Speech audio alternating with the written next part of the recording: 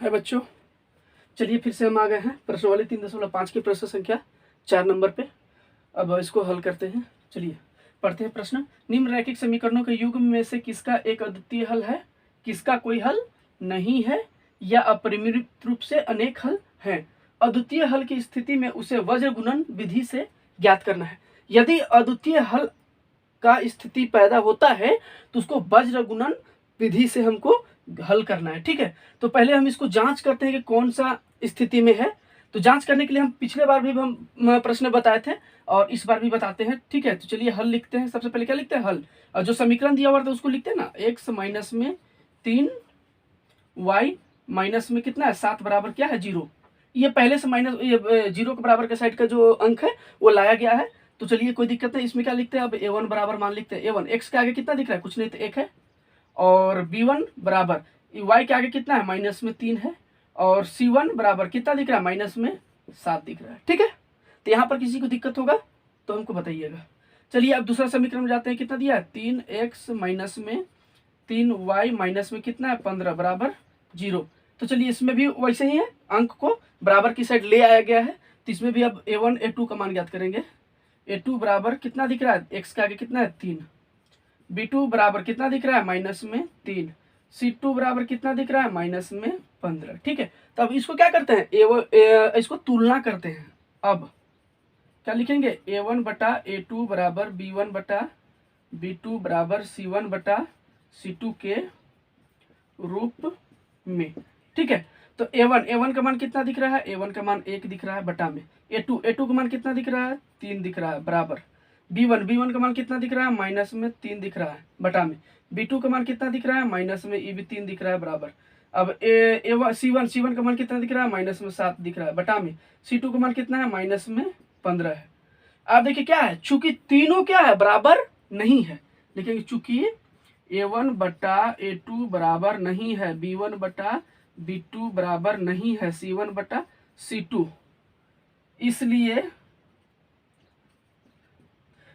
क्या है, ये एक अद्वितीय हल है, अद्वितीय हल है। जब तीनों बराबर नहीं होता तो क्या होता है, अद्वितीय हल होता है। अद्वितीय हल होता है तो क्या करना है हमको, ये साफ कहता है कि अद्वितीय हल की स्थिति में उसे वज्र गुणन विधि से हल करना है। तो वज्र गुणनफल विधि से हल करना है तो वज्र गुणनफल का सूत्र हमको पता होना चाहिए ना।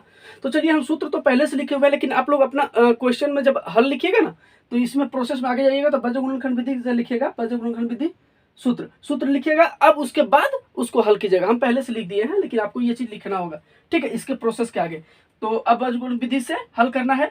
तो चलिए अब जो सूत्र दिया उस पे मान को रखते हैं। ठीक है, तो x के बटा में, ठीक है, x के बटा में b1 का मान कितना दिख रहा है हमको, देखिए यहाँ पर b1 का मान दिख रहा है माइनस में 3, फिर गुना में लिख दिए। c2 का मान कितना दिख रहा है, देखिए माइनस में कितना है यहाँ पर 15 है, फिर माइनस का चिन्ह दिए।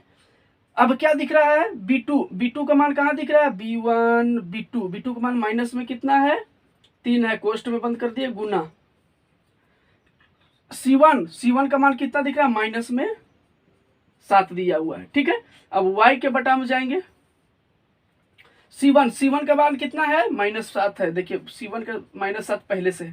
a2 का मान कितना दिया हुआ है, a2 का मान यहाँ 3 दिया हुआ है, हम इसको क्या लिखेंगे 3 लिख देंगे। फिर माइनस का चिन्ह था, माइनस का चिन्ह दिए। c2 का मान कितना है, c2 का मान माइनस में 15 है, तो ये देखिए माइनस में 15 हम लिख दिया। अब इसको क्या कर दिए, कोष्ठ में बंद कर दिए, गुना।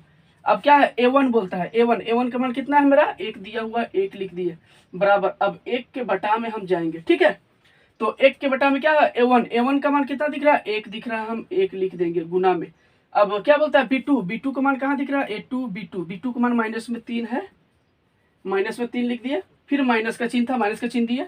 बोलता है a2 का मान कितना है माइनस में देखिए यहाँ a2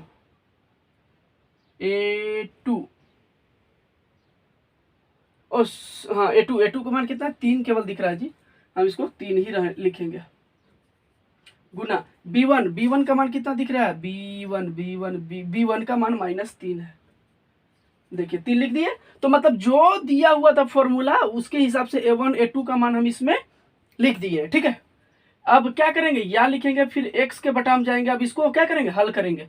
ये माइनस माइनस गुना होगा तो कितना हो जाएगा, प्लस हो जाएगा। 15 तिया 45 हो गया। इसमें कहीं दिक्कत होगा तो बोलिए।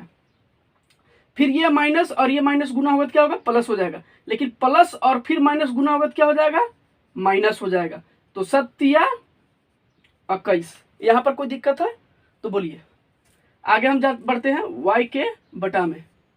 अब ये देखिए यहाँ इसके आगे कुछ नहीं है, प्लस है, इसके आगे माइनस है, प्लस माइनस माइनस। 7 तिया कितना हो गया, 21 हो गया। अब देखिए यहाँ पर माइनस है, यहाँ पर प्लस है, अरे माइनस है, माइनस माइनस गुना होगा तो क्या हो जाएगा, प्लस हो जाएगा। और प्लस से गुना करेंगे तो प्लस ही रहेगा। तो 15 कम 15 हो गया। ठीक है, यहां तक भी। अब इसके बराबर जाएंगे 1 के बटा में। माइनस प्लस माइनस, 3 एकम 3, माइनस माइनस प्लस, 3 एकम 3 तिया ही क्या हो गया, 9 हो गया। या x के बटा में क्या लिखेंगे, 45 में से 21 घटाएंगे तो कितना बचेगा, 4 में से 1 घटाएंगे तो कितना बचेगा, अरे 5 में से 1 घटाएंगे तो 4 बचेगा, 4 में से 2 घटाएंगे तो कितना बचेगा, 2, 24 बच गया। अब बराबर क्या लिखेंगे, y के बटा में घटाएंगे तो कितना बचेगा, माइनस में 21 में से 15 घटाएंगे तो कितना बचेगा, माइनस में 6 बचेगा। बराबर अब इसमें से 1 के बटा में क्या बचेगा, 9 में से 3 को घटाएंगे तो क्या बच जाएगा, मेरा अंक में 6 बच जाएगा। या हम पहले भी बताए हैं, जो दिया हुआ उसके बराबर है उसके बराबर लेते हैं। ठीक है, तो x के बटा में 24 के बराबर क्या लेंगे, 1/6 लेंगे। और क्या लेते हैं, अब y के बटा में -6 बराबर क्या लेंगे, 1/6 लेंगे। चलिए, या अब इसको तिरछा तिरछी गुना करते हैं ना, तो इसको 6 एकम 6 1 हो गया, बराबर 24 एकम 24। तो 6 एकम 6, 6 चौका 24। या x बराबर कितना हो गया, 4 हो गया। x बराबर कितना हो गया मेरा, 4 हो गया। अब और जाते हैं, 6 एकम 6 y हो गया, बराबर माइनस को माइनस, 6 एकम 6 हो गया। और 6 और ये 6 कैंसिल हो गया, तो y बराबर कितना हो गया, माइनस में 1 हो गया। इसलिए इसको क्या लिखेंगे, x बराबर 4 कामा और y बराबर कितना हो गया, माइनस में 1। ये आपका क्या हो गया, आंसर हो गया। तो बताइए बच्चों, ये वीडियो कैसा लगा आपको, तो कमेंट बॉक्स में मेरा कमेंट करके जरूर बताइएगा। और इस वीडियो में इतना ही, आप लोग को धन्यवाद।